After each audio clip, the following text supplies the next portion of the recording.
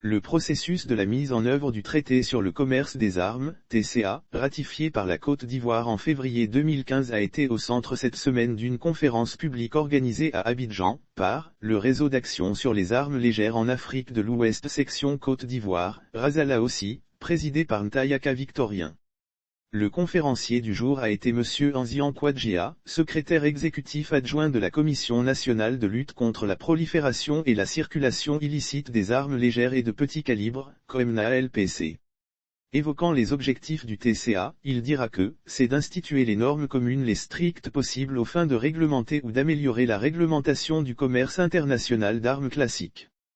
Le champ d'application, il a soutenu que, le présent traité s'applique à toutes les armes classiques relevant des catégories suivantes, A. Chars de combat, B. Véhicules blindés de combat, C. Systèmes d'artillerie de gros calibre, D. Avions de combat, hélicoptères de combat, F. Navires de guerre, missiles et lanceurs de missiles, H. Armes légères et armes de petit calibre et de souligner.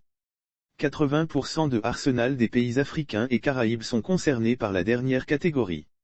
Monsieur Anzian a également fait savoir que, un État partie ne doit autoriser aucun transfert d'armes classiques ou de biens visés par les articles 3 et 4 qui violeraient ses obligations résultat de mesures prises par le Conseil de sécurité de l'ONU.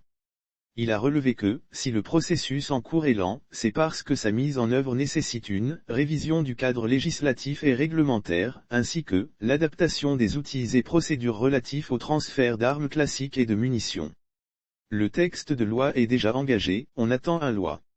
Le gouvernement ivoirien a démontré sa volonté de mettre en œuvre le TCA par diverses activités en ce sens et aussi en veut pour preuve, les autorités ivoiriennes compétentes en matière de contrôle sur les armes, l'installation d'un logiciel au Conseil national de sécurité, CNS. A-t-il martelé, tout en reconnaissant que le TCA est un texte universel juridiquement contraignant. Plusieurs actions ont été menées pour récupérer les armes en situation illicite, a-t-il déclaré et de préciser.